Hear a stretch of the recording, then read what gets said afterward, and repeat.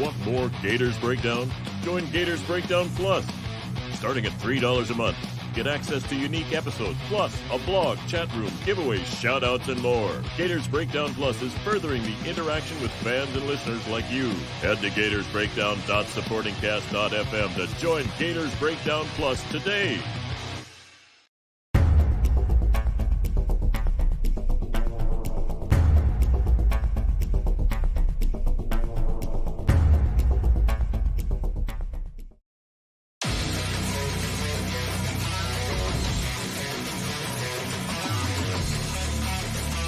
Gators Breakdown, because there's never a dull moment in Gator Nation.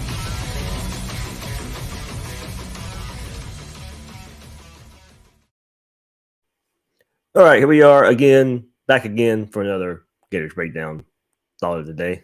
I am the host of Gators Breakdown, David Waters. You can find me on Twitter at GatorDave_SEC. Couldn't leave this one out, I guess. First, I wasn't going to do it because, look, if you want my full reasoning explanation against college football expansion altogether, you can find that on Gators Breakdown Plus. I posted that a couple of days ago when all these reports came out that the college football playoff was going to expand. It's not all bad. I'll admit it's not all bad. Yeah, I don't think it's going to ruin the sport. It's still going to watch. The argument, well, who's not going to watch this when you see a projected bracket of a 12-team college football playoff? That's not the argument. I'm going to watch college football regardless. I'm a college football fan. I'm going to watch those games. I mean, as Patrick Simpson said, on Twitter, a lot of you guys Gator Twitter know who Patrick is. He goes, that doesn't.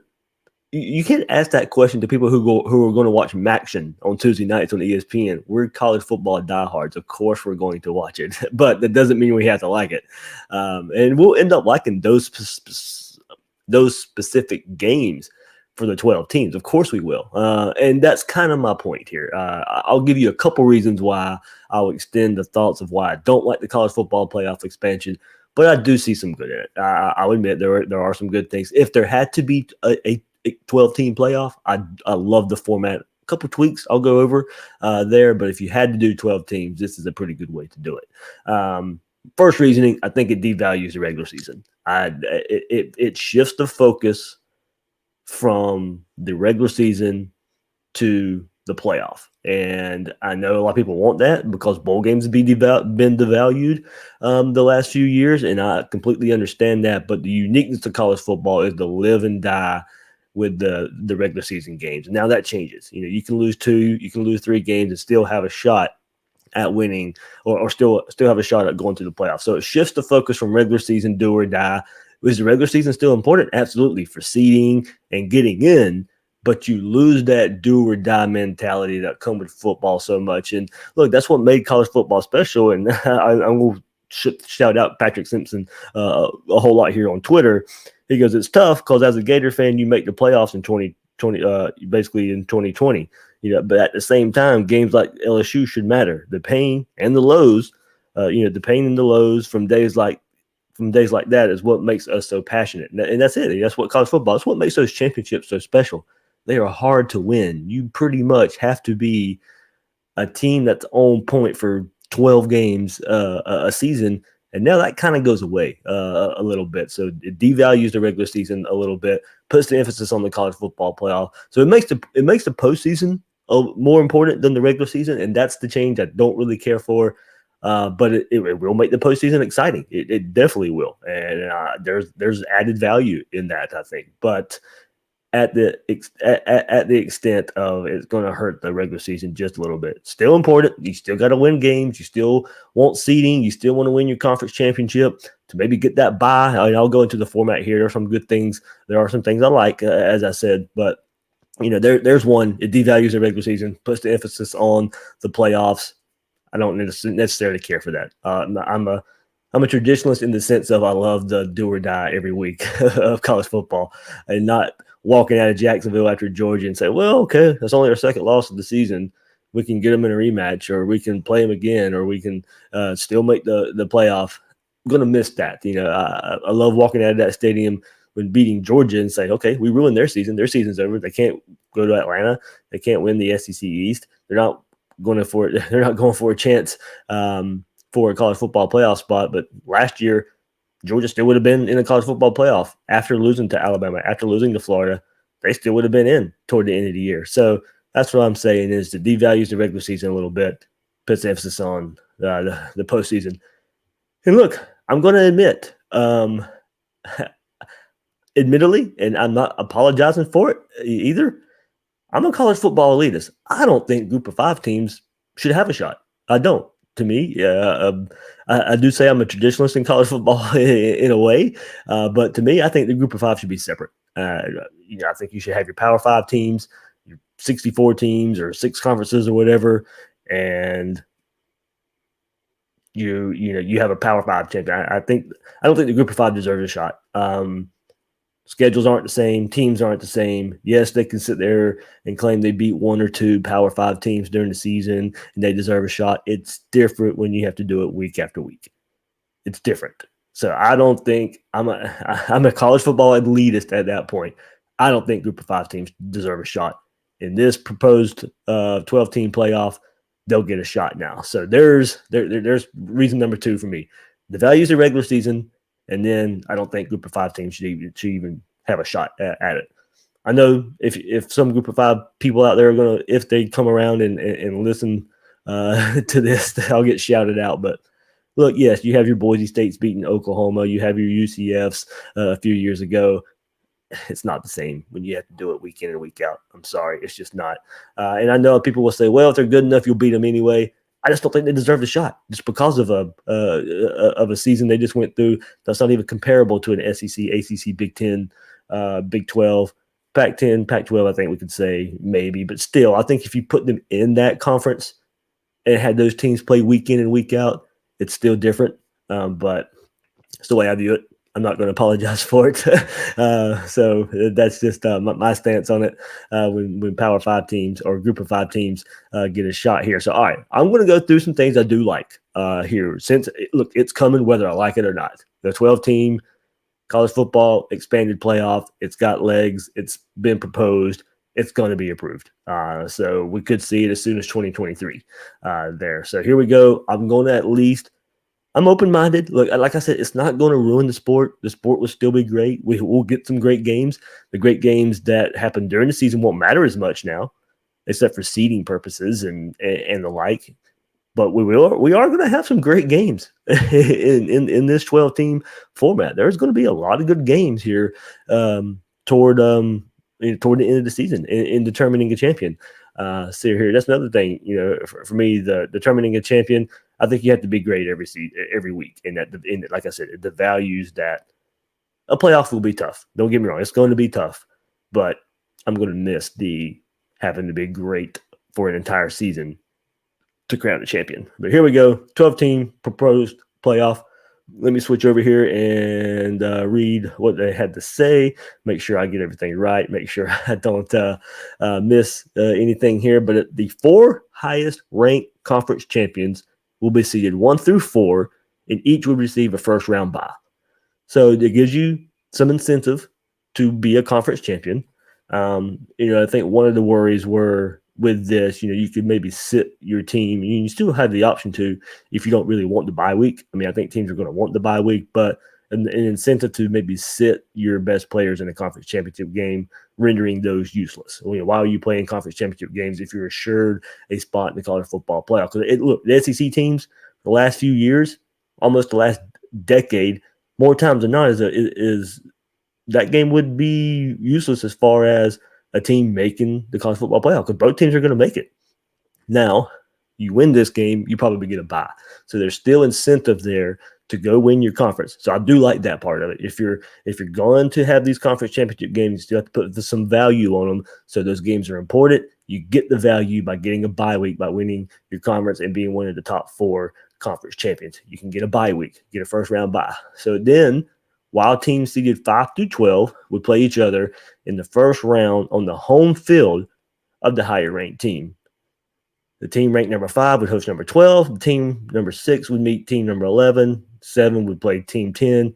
And then 8 and 9 would meet. A couple things about that. I love the fact that they're getting these games on campuses. But why are you rewarding teams 5, 6, 7, and 8 when teams 1 through 4 are getting a bye week and they don't get the host games. So my solution would be to move the host games to the next round. You do bowl games the first round, and you give the home field advantage to teams 1 through 4. So you shift the weeks when the games would be hosted on campuses. I mean, if you're 5, 6, 7, and 8, that's an advantage there. You get ticket revenue. You get your college town benefits greatly by hosting a home playoff game while teams 1 through 4 are sitting at home.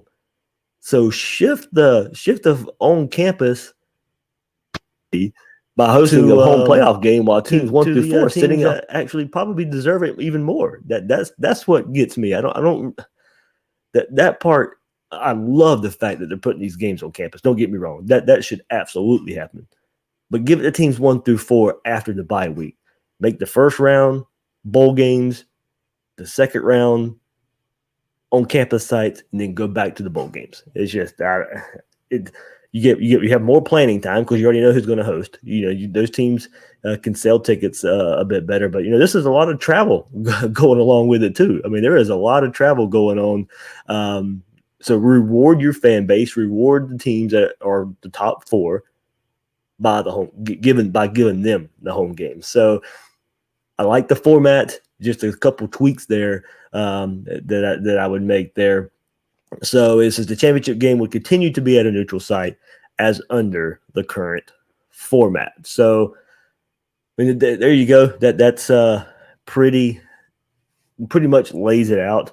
And I think I have it here. If we were to have this, and let's go back to 2020. Last year, Florida would have been Florida's best chance. Florida would have made the playoff 2018, 2019, and 2020 under this new format. But with this, 2020 college football in the new proposed format would have been Alabama number 1, Clemson number 2, Ohio State 3, Oklahoma would have been 4 because they won the Big 12. So, like you said, your top 4 had to be conference champions. Cincinnati was 5. Coastal Carolina 6. Your top 6 had to actually be conference champions, but your top 4 actually get the bye weeks. Since Cincinnati won their conference, they were number 5. Since Coastal Carolina won their conference and highly ranked, they're number 6. That would have shifted Notre Dame to number 7, Texas A&M to number 8, Florida would have been a 9, Georgia 10, Iowa State 11, Indiana 12. So in that first round matchup, you would have Florida going back to Texas A&M. 8 and 9 would have had to play. Last year, we would have had a rematch. So that's another aspect of a college football, 12-team college football playoff. You're going to have rematches. And there I go. There goes back to my original point of devaluing the regular season. And Florida would have gone all the way back to Texas A&M again, a game we had already seen. So why should Texas A&M have to play Florida again? That was the uniqueness of college football. You get one shot at teams. And now sometimes you're going to get mulligans. Sometimes you're going to get do-overs. And don't get me wrong. I mean, Florida benefited from that in 96 for a national championship. But, in the grand scheme of things, we're probably going to get a whole lot of rematches here. So you can take that however you want. I don't think it's terrible by any means, but, it does devalue the regular season just a bit. But as I said, as a Gator fan, we did get the benefit from that with a rematch against Florida State to win the national championship in 96. So a lot of ways to look at that, but you're going to get some rematches, of course. I mean, look, Texas A&M, Alabama had already beaten. Look, Alabama's number 1. Texas A&M in the playoff, Florida in the playoff, Georgia in the playoff. Alabama had already beaten all 3 of those teams, all 3 of them, and then they're probably got to play one of them again in the playoff. So there you go. As far as SEC goes, you're probably going to get some rematches. And that's just the way it's going to go because they're going to get teams in. They're going to get so many teams in the college football playoff. So this benefits the SEC a whole lot. As I said, Florida would have been in the playoff more than likely every year here. Maybe 2018, you probably could push it either way. It's according to how these rankings would filter out here. But more than likely, Florida would have been in the college football playoff every year since Dan Mullen's been here and had a shot to go win a national championship. Under traditional circumstances, you don't deserve that. Especially after last year, you lose to LSU. Do you really deserve a shot at, we know how good Florida could have been, but you got to show up every week in and week out for the most part. And, now you get another shot. So there's my part of devaluing the regular season. But I do like the way they have laid this 12 team out. I do like it. I think, putting some emphasis on conference champions, making the top 6 conference champions. Notre Dame's not going to be able to get a bye. They're not in a conference. So unless there's some rule out there that they're going to make for Notre Dame, but they have not come out and said that, Notre Dame's not in a conference. You have to be a conference champion to get a bye. Notre Dame's not going to get it. They will never get a bye week here in this current format. So we'll see if things change. We'll see if this makes them join a conference. I don't think it will, but we'll see. We'll see what happens with Notre Dame here. But as I said, I don't completely hate it. It's not going to ruin college football. I'd rather it stay at 4 right now in the current format of a playoff. But it's going to expand whether I like it or not. So I'm going to try and pull some good things out of it. And as I said, I think, you put some value in the conference champions. I like the home games. Just wish they would switch the home games to the teams 1 through 4 that deserve it a little bit more.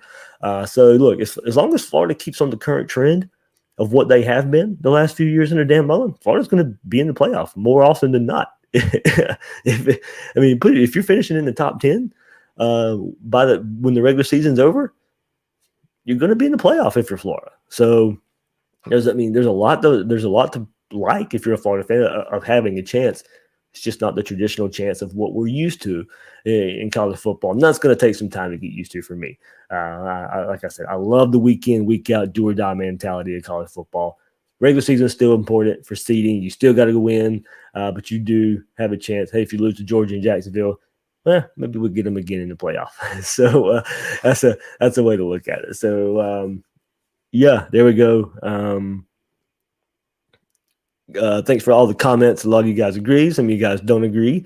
Quentin Lee says, I don't mind the rematches. That's more on the line, win or go home NFL style.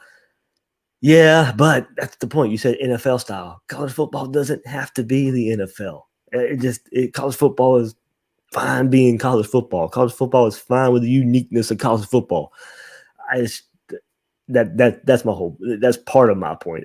I don't need college football to be like every other sport. I don't, the regular season's watered down a little bit in college basketball and in the NFL. I hope we don't get teams sitting players toward the end of the year once they wrap up a college football playoff spot. With scheduling, what happens with scheduling? If you're an SEC team, you don't have to schedule tough out-of-conference opponents anymore. You really don't. You have the reputation. You play in the SEC. You really do not have to have these big out-of-conference matchups.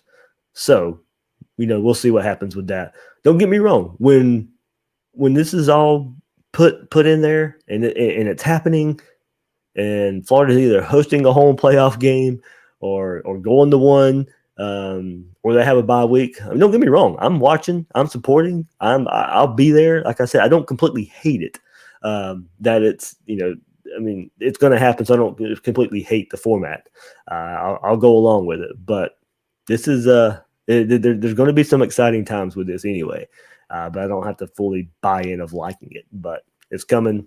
Accept it, and we'll get it. Antonio just blazed. I don't like seeing the same 4 teams in the 14 format. I do agree there. Like I said, this does open it up, but it opens it up for inclusion and expanding. Like, what's going to be the feedback if it's the same 4 teams in the Final Four? What if it's still Ohio State, Alabama, Clemson, Notre Dame, Oklahoma, Georgia? What if it's still those teams?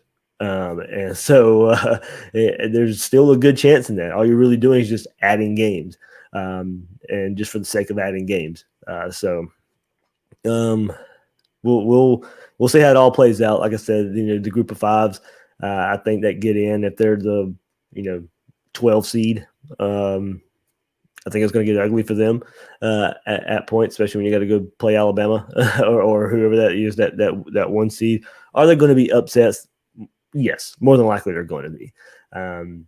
But yeah, it's going to be asking a lot of teams. And that's another thing. Number of games here. For Gator Game 21, that kind of his for the sake of money. And that's going to this. There's a lot of games being played now. Say you make that conference championship game and lose, but you're still in the college football playoff.